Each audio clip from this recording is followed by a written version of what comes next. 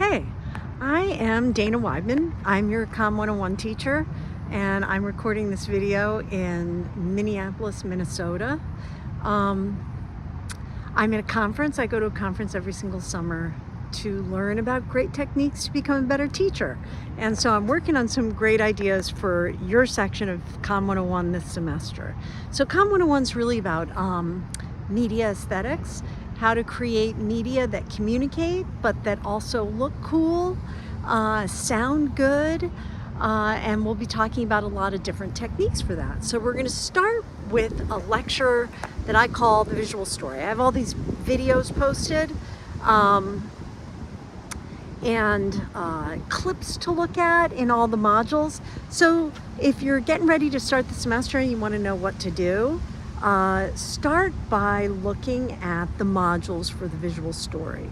Then your first assignment for me, for your lecture teacher, is going to be a paper. Oh my God, the most old-fashioned thing in the world. But the reason why I assign a paper is I want to make sure that your writing techniques are going to help you in college. And I'm a pretty good writing teacher. I would love to say that I learned how to write in college. But the fact is, I learned how to write when I got a good job in New York City, and my boss said, "Wow, you write with run-on sentences. You're terrible. You have to fix it." And I said, "Yeah, I know. That's how I write." And he said, "No, you have to fix it." And he taught me how to write, and now I can teach you how to write. I would have learned how to write if I'd gone to the writing center. So if I notice that you have simple things that can be fixed, I will make a note on your assignment that says go to the writing center. The other technique that I use to teach writing in this class, even though doesn't seem like it's a writing class, but when we think about communication, one of the number one ways we communicate is through writing. One of the other ways we communicate is through words, and then finally through images. So I picked an image here with words in it to try to convey an idea.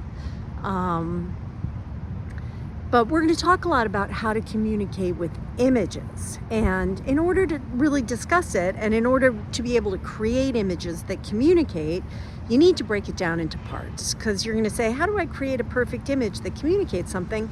Well, you have to think about what are the things in an image. And the first thing we talk about is space. So I'm standing here at this place. You can see the sky. The sky's infinite. It goes all the way up into space. So we call this deep space. I think deep space is usually indicative of possibilities. But deep space can be a little bit scary. When I have something behind me, that's called flat space. And so, I'm sort of controlling the space by saying, hey, there's a building right here. I want you to focus on the words here, but also really listen to me. And it's safe. Flat space is a little more boring, but it's safer. Deep space is a little crazier because somebody could come running up behind me. I don't know what's there. So we talk about space. We talk about line. So there's horizontal lines, vertical lines, and diagonal lines. You might find that there's a kind of line that you like. I really like this image that they gave us for our conference. A lot of vertical lines, I tend to respond to that. So I like things that stand up, straight, make me think about progress, going up to the sky.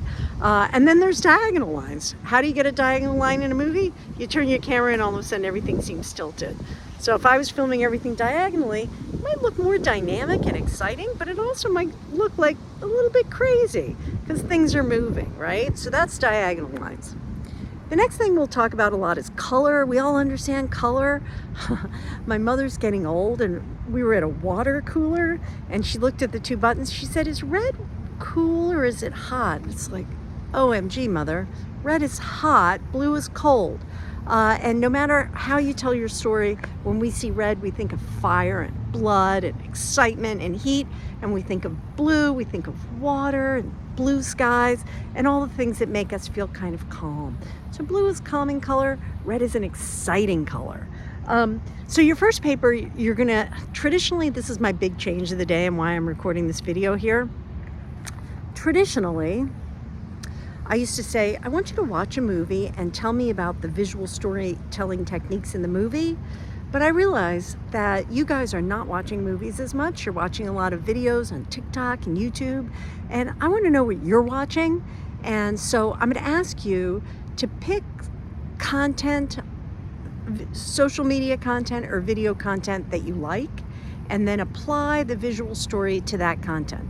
Something specific, you know, it could be one TikTok video that you've been watching that you think, what is it I like so much about this TikTok video? I watch this woman over and over again and I like it. So pick something that you either really like or really hate, not something that you just don't care about. And then think about, is there a use of line? Is there a use of space, deep or flat? Is there a use of color, you know, red, blue, green, purple? And how do you respond to that media? So before you write a paper, before you think about what you're going to, you can think about what you're going to write about, but I want you to look at the modules first.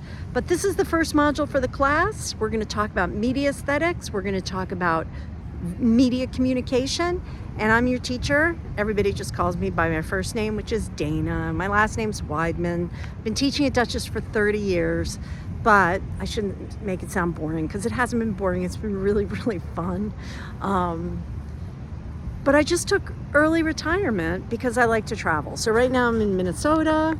I'm hoping to be in 1 month Vermont, 2 months Quebec, 3 months Italy, and I will try to post videos from everywhere I go. All right, I'm so happy that you came to Dutchess. It's the right place to be. Like I said, I've been there 30 years. I never get bored with it. I love it. Bye-bye.